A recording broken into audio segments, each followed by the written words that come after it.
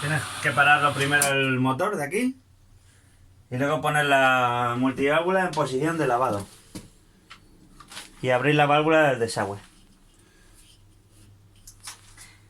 Y arrancas el motor. Cuando se ponga en marcha la bomba tienes que esperar más o menos 1 minuto de arranque de motor. Ahora se arranca la bomba.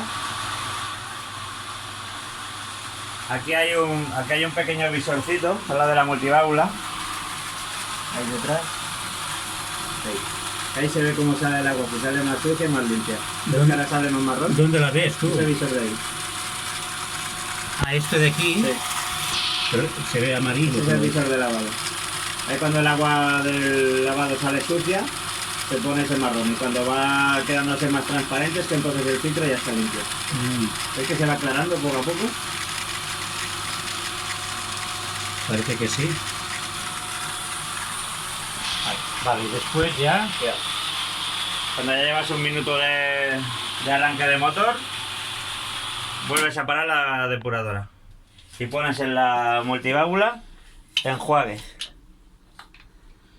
y arrancas otra vez el motor. Una vez te arranca la bomba tienes que contar hasta 20, son 20 segundos de arranque. Ha arrancado.